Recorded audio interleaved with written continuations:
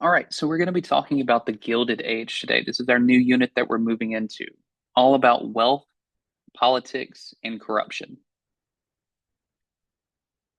So the main thing we need to start focusing in on starting out is the Second Industrial Revolution. So by the end of the Civil War and the beginning of the 1900s, the US underwent rapid economic expansion.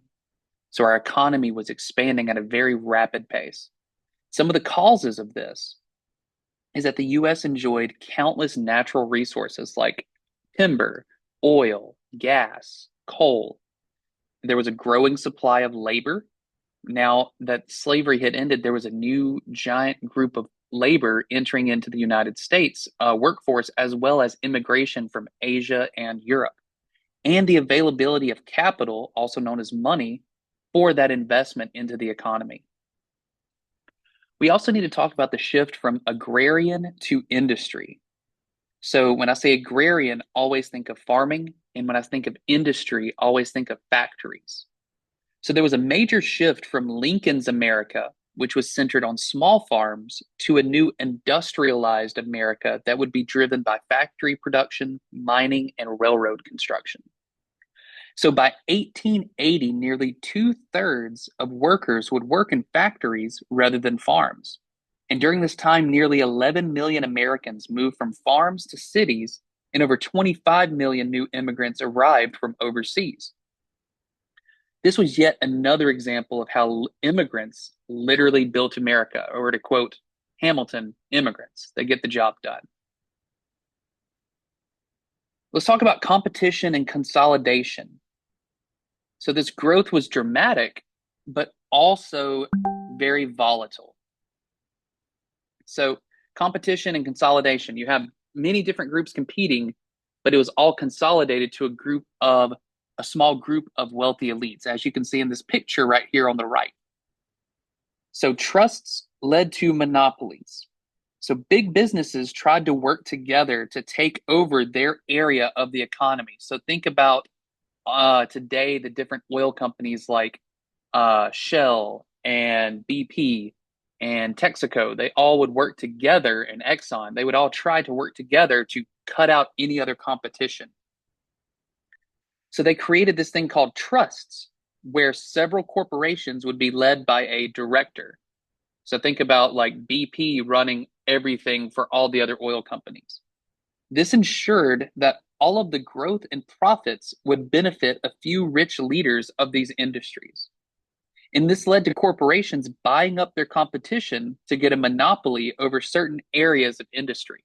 So think about with cell phone companies, there used to be Singular and all of these other companies, but now they're mainly you just see AT&T, Verizon, and like Sprint, and then Cricket. But anyway, so let's look at a couple of examples of people from this time. Andrew Carnegie, he had this thing called vertical integration. So Andrew Carnegie nearly held a monopoly over the steel industry. So when you think of Carnegie, think of steel.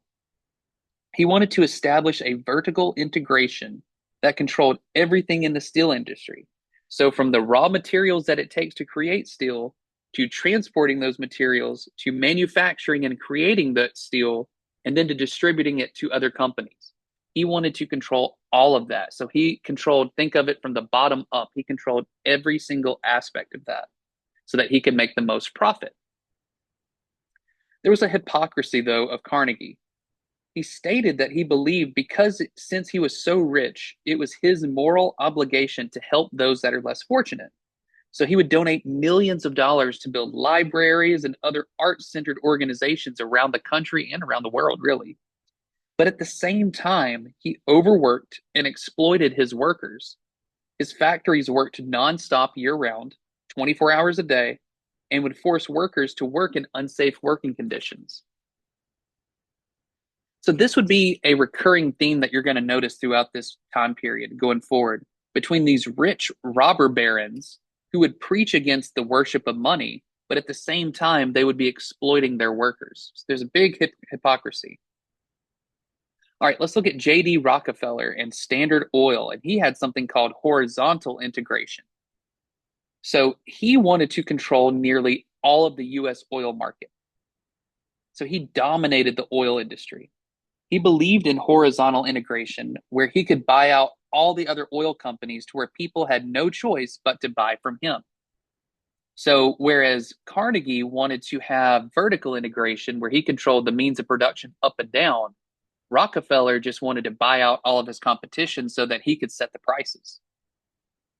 And so, as a result, by the 1890s, he owned 90% of the nation's oil industry. So, just like Carnegie, Rockefeller donated millions of dollars for the advancement of science and education, but at the same time, he fought bitterly to prevent his workers from being able to have higher pay or even have safer working conditions. Let's talk about class divisions and how they became really apparent during this time. So, the rapid economic growth was great, but for whom? Millions of workers would end up working over 60 hours a week without any health insurance, without safe working conditions, or without the ability to retire. So they would literally work until they died. And so between 1880 and 1900, nearly 35,000 workers would die every year in their factory or mining incidents. And so by 1890, the richest 1% made the same as the bottom half of the population. And another example to think about is that the top 1% owned more property than the remaining 99% of the population. So we're seeing that class division between the rich and the working class become more and more divided. All right, let's talk about politics in the Gilded Age. So first off, gilded. So you probably don't know what that word means, but it means like covered in a thin layer of gold. But so on the surface, it looks great, but underneath, there's cheap materials beneath that surface. And so this actually came from Mark Twain actually coined this term when he described how the economy was growing so fast, but at the same time, there was a tremendous amount of corruption that caused by corporate greed that hurt the workers who was making the economy expand. So it's the workers that helped the economy grow, but at the same time, they were the ones that weren't benefiting from this economic growth. All this wealth was being created, but it was being funneled up to the top 1%, not the actual workers who were making that wealth. All right, let's look at corruption in politics and how that led to no changes at all. So the rich were able to use their incredible amount of wealth to influence politicians to pass bills that would benefit their own profits. Sound familiar, doesn't it?